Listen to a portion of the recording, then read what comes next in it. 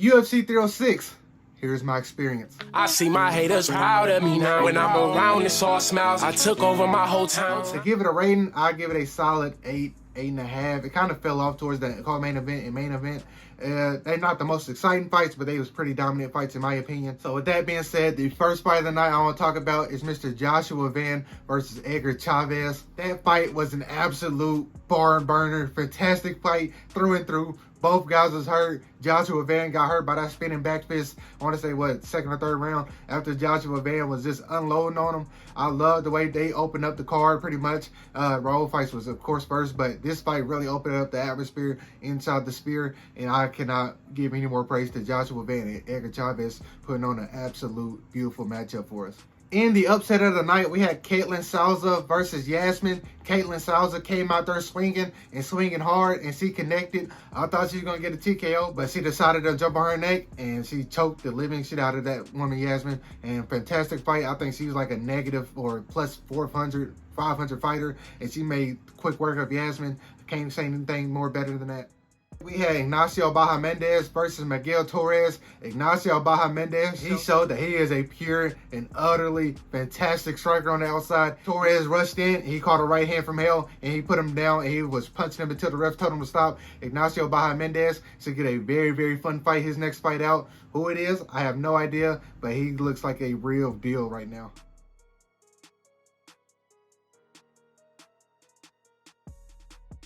In my apology of the night, I owe Miss Norma Dumont an apology for her fantastic win over Irene Aldana. She looked fantastic on the feet, which really, really surprised me. I thought Aldana would have the advantage on top of the feet in the striking department, but Norma Dumont, she said, I don't care what you think. And she pretty much put on an absolute clinic. I mean, Irene Aldana's face looks like she was in a jigsaw. I mean, look at that. That is insane. I'm glad she's all right. Fantastic performance from Norma Dumont. To open up the main card, we have Ronaldo Lazy Boy Rodriguez taking on Adi Osborne. Hey, that's on me. That's on me. I thought this was going to be a quick, easy fight for Lazy Boy, and Adi Osborne said it's not that.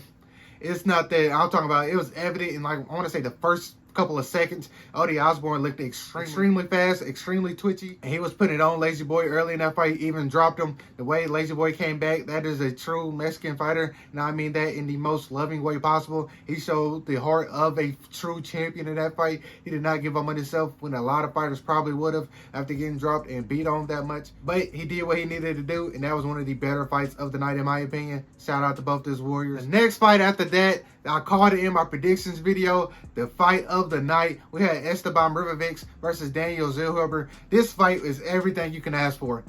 Everything you can ask for. Both fighters got hurt. Both fighters put on flurries.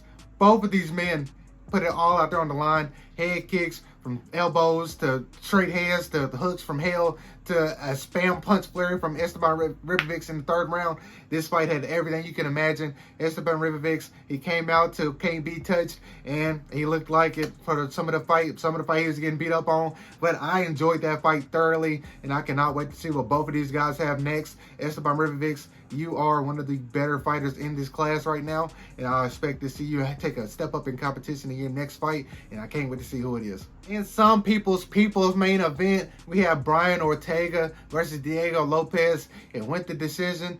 I did not expect it to go to decision after the first 45 seconds. The way Diego Lopez hit Brian Ortega, he hit him so hard. It looked like the second hit woke him back up.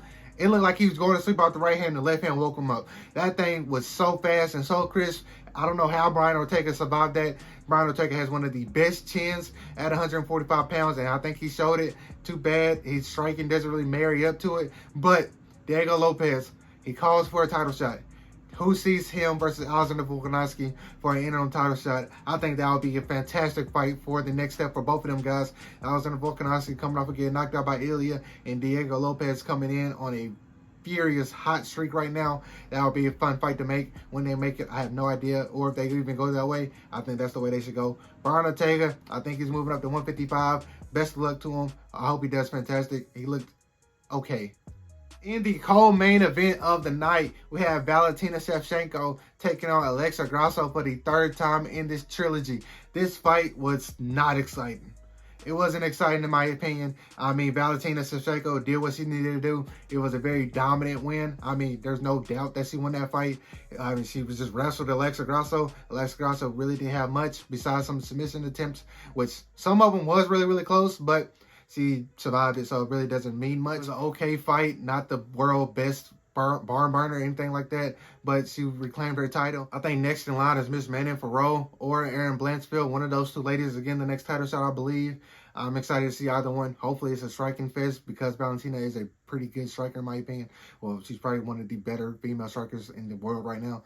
So yeah, that's that. In the main event of the night, we had Sugar Sean O'Malley taking on Merab the Machine Dvalishvili. I told everybody, people was calling me crazy. People was calling me crazy for picking Merab over Sean O'Malley. People were saying that he was going to dribble Merab's head off the canvas. And I don't think Merab got hurt one time except in the 5th round when he got kicked in the body and it made him look like he had the shit. But besides that, Merab put on a clinical performance. Very dominant, very easy looking. What do you guys think is next for Merab right now? I think they're trying to get Umar Nurmagomedov, but he wants Mr. Deiveson Figueiredo. Either one of those fights, I'm fantastically fine with. I think they're both going to be bangers in my opinion. Next for Sugar Sean O'Malley, he had multiple fighters call him out after this loss. He had Corey Sandhagen, Peter Yan, and Henry Cejudo. 3 really, really good fights. I don't know which one of those get the fight, but whoever does get it, I feel like it's going to be a very, very beautiful performance from Sean O'Malley. I think he's going to bounce back fantastically, whoever he fights. But that is my UFC 306, UFC Noche Experience. How did y'all like it? What would y'all rate it? Let me know down below. Who do y'all want to see the winners and losers fight next? Let me know. Be good people. Peace.